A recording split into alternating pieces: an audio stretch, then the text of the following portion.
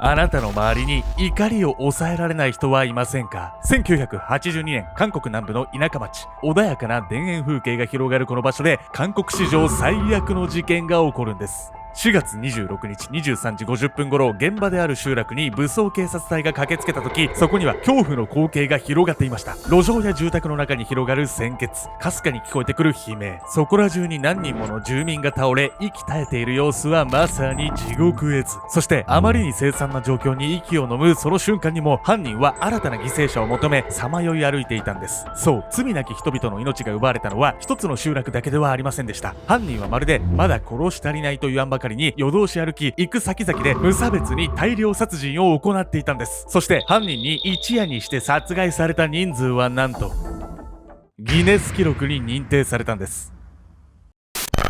世界でも稀に見る短時間での大量殺人事件。同じ人とは思えない犯人の正体とは一体。そして残虐な犯行の裏に潜む心の闇とは。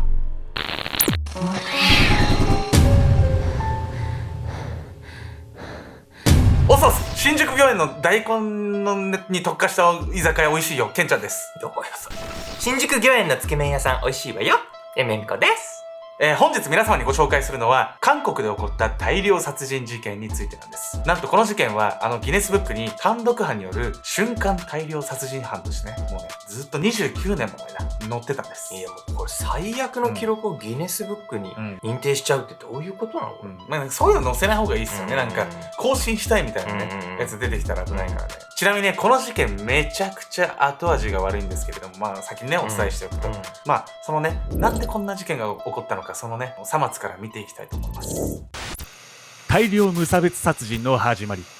遡ること39年ほど前の1982年4月26日、韓国南部の田舎町ウィリョン郡が今回の舞台。21時40分、警察署の近くの路上を歩いていた26歳の男性は、同年代の男がこちらを見ていることに気がつきます。その男の手にはなんとカービン銃と言われる小型のライフルのような銃が。そして次の瞬間、一発の銃声が鳴り響くんです。逃げる隙すらなかった男性はあえなくその銃弾の犠牲となりました。これが忌まわしい大量殺人の始まりの合図となったんです。銃を持った男が次に向かったのは近くに立っていた軍利郵便局。当時ここには電話交換手という電話の取り次ぎ業務を行う女性たちが働いていました。21時45分、郵便局に乗り込んだ男はすぐさま職員たちに銃口を向けます。突然のことに震え上がる従業員たち。そんな中、一人の電話交換手は怯えながらも冷静に男に隠れて警察との電話回線をつないだそうなんです。しかしとっさの起点も虚しく、男はその場にいた電話交換手2名と郵便配達員1名を射殺。そしてすぐさま刃物で電話線を切断、外部との連絡を遮断したんです。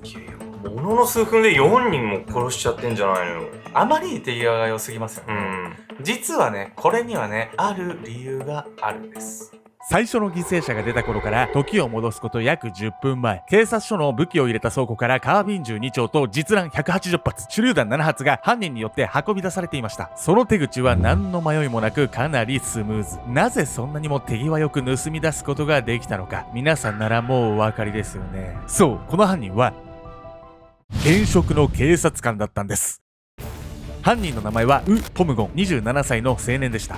いや、やばいわね。そりゃ武器の扱いも慣れてるわよ。この後もね、ウはね、警察官っていうね、経験とか立場を利用してね、どんどん人を殺していくんです。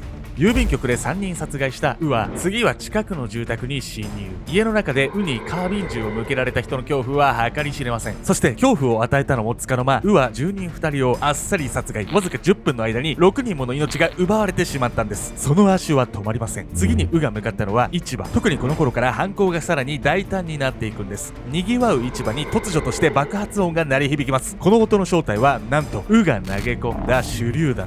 どういう神経してんのこいつ。騒ぎを聞きつけた店員や客たちが慌てて外に飛び出してくるんです。しかしウにとって彼らの行動は思うつぼ。彼は逃げ出してきた人々を待ち構え、カービン銃で一掃。この後も付近の集落の家々を回り、手当たり次第に住民へカービン銃を乱射。22時34分、ようやく住民から警察に大量殺人が行われているとの緊急通報が。最初の襲撃から54分後のことで、この時にはすでに20名を超える命が奪われていたんです。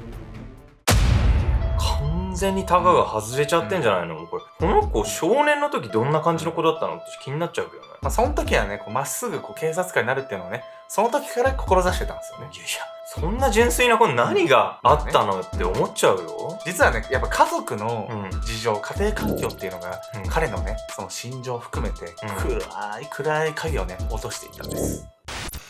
苦しみの青春時代。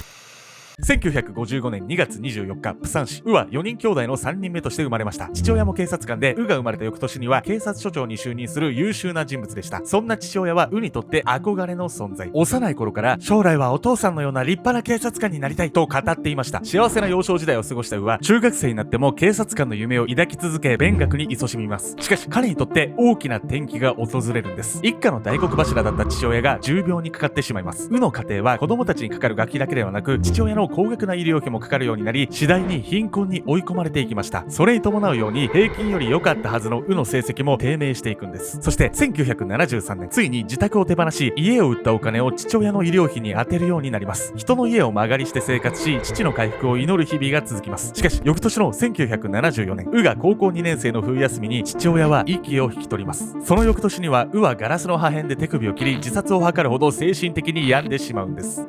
結構多感な時期に辛い経験しちゃってんのね。まあそうっすよね。その自分の中でね、憧れの存在だった父をね、失うっていうだけでもね、めちゃくちゃやっぱ辛いと思います。僕もね、父亡くしてるんですけど、やっぱりこう、まあ、なんて言うんですかね。僕はもう大人になってからですけど、幼少期ね、病気っていうね、自分じゃどうしようもできないようなところで、父がね、だんだん衰弱して亡くなってしまってるのはね、それはね、もう暗い気持ちになっていったんじゃないでしょうか。1975年、高校を卒業したウは大学に入学するんですが、欠席が続いたために中退。通え1976年、自ら志願して海兵隊に入ります。しかし、こちらも2年ほどで除隊。続けろ。何をしても長続きしない人生が続きます。それでもウには諦めきれない夢があったんです。そう、それは父のように立派な警察官になること。そして彼は一年発起、警察官採用試験にチャレンジ。結果は見事合格。こうして25歳にして念願の警察官になることができたんです。彼が警察官になってからの人生はなんと順風満帆そのもの。最初はソウル市内の警察署に勤務していたんですが、先輩の推薦もあり大統領の警護に就くまで出世を果たすんです。すごいじゃないの。めちゃくちゃ人生逆転してんじゃない。しかしですね、ウはね、警察になる以前にね、ある問題を抱えていたんです。そして、その問題がこの事件を起こしてしまったと言っても過言ではないんです。正気を失った男。ウが抱えていた問題、それは酒への依存でした。実は彼が警察官採用試験に合格した2年前、1978年にも試験には挑戦していたんですが、その時は不合格。落ちたのがよほどショックだったのか、この頃からウは酒に溺れるようになっていきます。些細なことで声を荒げ喧嘩をする日々。そして夢だった警察官になった後も酒への依存を断ち切ることはできず、せっかくの出世も無駄にしてしまいます。なんと酔っ払ったまま勤務していることが発覚し、大統領の警護の任務から外されてしまうんです。本当になんか酒は飲んでも飲まれるなってよく言うけどさ、それをね言い表してる事件ね、これは。酒ね、本当に気をつけた方がいいですよ、皆さん。僕も一回ちょっと飲みすぎて新宿で飲んで起きたら自分の部屋のベッドにいい方じゃったっていう。エリート勤務から外されたウが左遷された先は田舎の町ウィリョン郡。仕事ではうまくいかなかったそんな彼にも私生活で春が訪れます。この地で2歳年下の女性と出会い恋に落ちるんです。ほどなくして付き合うようになった2人は同棲生活を開始。しかしその幸せも長くは続きませんでした。原因は仕事。出世コースから外れてしまったウの給料は低く、彼女との結婚式を捻出することができなかったんです。ウはことあるごとに彼女から罵られ、うつうつとした日々を過ごします。酒によりキャリアが狂ったウなんですが、それでも飲酒をやめることはできず、彼女からの非難は日々強いものになっていきます。まあウがさ、こうなっちゃったのは自業自得なんだけど、結論彼女にそうやってずっと罵られ続けてたら、それは嫌な気持ちっていうか、もう落ちちゃうわよ、気持ち的に。別れなさいよ。本当に。まあね、人間ね、ずーっと否定され続けるとパフォーマンスがね、落ちてしまうっていうのは科学的に証明されてるんです。というわけで本日のメトラキーワード、ゴーレム効果。ゴーレム効果とは、周りからネガティブなレッテルを貼られると、言われた通りにパフォーマンスが低下してしまうという心理現象です。1960年代にアメリカの教育心理学者ローゼンタールにより提唱されました。ローゼンタールは教師と生徒を対象に実験を行い、教師に期待されていない子供は成績が下がるという結果を出したんです。例えばウのように日々同性相手の彼女に罵られていたら、自分を立て直そうとするやる気は起きないでしょう。仮に解消なしと毎日言われ続けていたとしたら、その通り頼りなく責任感もない人間になってしまうとということなんです。またこのゴーレム効果は教育や組織の中でよく見られる現象。学生時代成績が振るわない時に落ちこぼれ扱いを受けると無気力になってそのまま劣等生に甘んじてしまうというのはよくあること。もしかしたらも周囲から貼られたレッテルで悪循環に陥っていたのかもしれません。なるほどね。確かにけなされてばかりじゃもうやる気も上がんないわよこれは。いやそうなんですよ。でもね逆に考えると、うん、褒めたりしたらパフォーマンスはゴーレム効果の反対はピグマリオン効果。ローゼンタールの実験だと教師から期待された子供たちはその後成績を向上させていったんです。つまり周囲からポジティブな言葉をかけられ期待されるとパフォーマンスが向上するということが実証されたんです。みんなもっと褒めてちゃうか。ゴーレム効果とピグマリオン効果は教育現場だけではなく会社でのマネジメントなど幅広い分野で活かされています。また他人からの言葉だけではなく自分自身が発する言葉にも影響力があることが判明しているんです。前向きな発言を心がけ自分に期待することをやめなければ生活をいい方向に変えていくことができるんです。しかしの場合はこの悪循環から抜け出すチャンスを得ないまま時間だけが過ぎていったんです。そしてもう本当にしょうもなと思ったんですよ僕これ。たったね1匹の虫がきっかけではね事件が起きた1982年4月26日の14時、は宿直の前に自宅で酒を飲み昼寝をしていました。飲みすぎやろ。いびきを立て気持ちよく眠っているそこに1匹のハエが飛んできます。ブーンという音を立ての周りを飛び回るハエはやがて彼の胸元に止まります。同棲していた彼女はその様子を見ての胸元のハエを追い払ってあげようと考えました。彼を起こさないようにそっと静かにのそばに近づきます。そして良かれと思ってやったこの行為。しかしは次の瞬間激高するんです。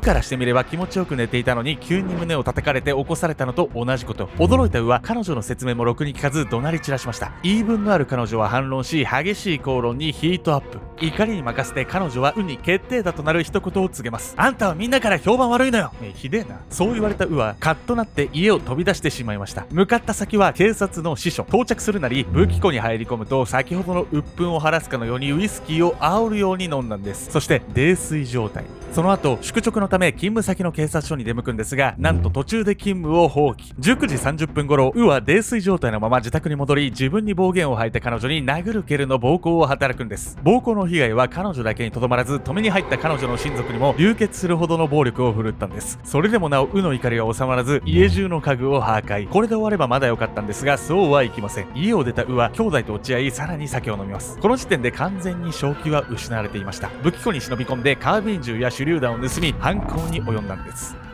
いやハエで自分叩かれちゃったところから大量殺人につながるってさ、相当溜まってたんじゃないの。もう理解の範疇をね、もう超えますよね。もう本当これでって思いましたよね。心底納得いかないよこんなんで大量殺人しましたなんて理由。そしてこの無差別大量殺人はまだ終わらなかったんです。身勝手すぎる幕引き。22時50分頃泥酔状態で殺人を続け疲労を感じたは休憩とばかりに飲食店へ。食べるだけではなくさらに酒も飲みました。飲食と休憩で回復した彼はまたあることをひらめき叫びます。外で銃撃が行われているぞ。騒然となった店内では再びカービン銃を乱射。他の客や店主ら10名以上をまた殺害したんです。武装警官隊が到着したのは23時50分頃。第一報から1時間以上経過しており明らかに初動が遅れていました。しかしは捕まることもなく移動を続けます。彼が次に目をつけたのは民家。電気がついている民家を見つけるとインターホンを押し巡回ですと一言。油断して出てきた住人を殺害するんです。そして午前2時ついに武装警官隊がを発見。追い詰められたは捕まるまいと近くの民家に押し入りそこに住む一家4人を人質にしたんです。警察は周囲を取り囲み必死に人質解放と投降を呼びかけました。しかし午前3時40分頃彼は所持していた手榴弾2発の安全ピンを抜いたんです。そしては人質一家を巻き込み爆死。最初の殺人からわずか6時間足らずで虐殺の限りを尽くし犠牲者は負傷者35名そして死者はなんと61名。散々やっておって最後は爆死ってもう失うものがないっていうかさ、身勝手すぎるわね。怖いっすよね。もうなんか別に死んでもいいやぐらいの捨て身で来てるわけですよね。この残虐性も含めて。ですがね、ここまでねこの事件がね犠牲者増えたっていうのは実は警察の対応にも問題があったと言われているんです。韓国では現職の警察官による殺人に加え初動捜査の遅れが被害を拡大させたと非難が噴出。当時政権を握ったばかりの大統領に影響が及ぶことを恐れ内務部長官が事件直後に辞任をしています。また警察の不祥事はそれだけではありません。これほどまでに犠牲者が出た事件にもかかわらずなんと当時の警察署長は事件中に遊んでいたというんです。なんでこのトップの対応のせいで事件解決が後手に回ったため職務怠慢で起訴されたんですが、最終的には無罪となったんです。しかし結局本人の口から大量殺人の動機は語られることもなく、真実は闇の中。犯人を駆り立てたのは大量の飲酒によるものだったのか、積もり積もった鬱憤だったのか、青年期の環境による挫折があったにせよ、結果としては最後の最後まで身勝手極まりない犯行でした。ネガティブな感情をコントロールするのは時にとても難しいこと。しかしその感情に身を委ねてしまっては周囲の人のみならず自分自身をも不幸にしてしまうんです。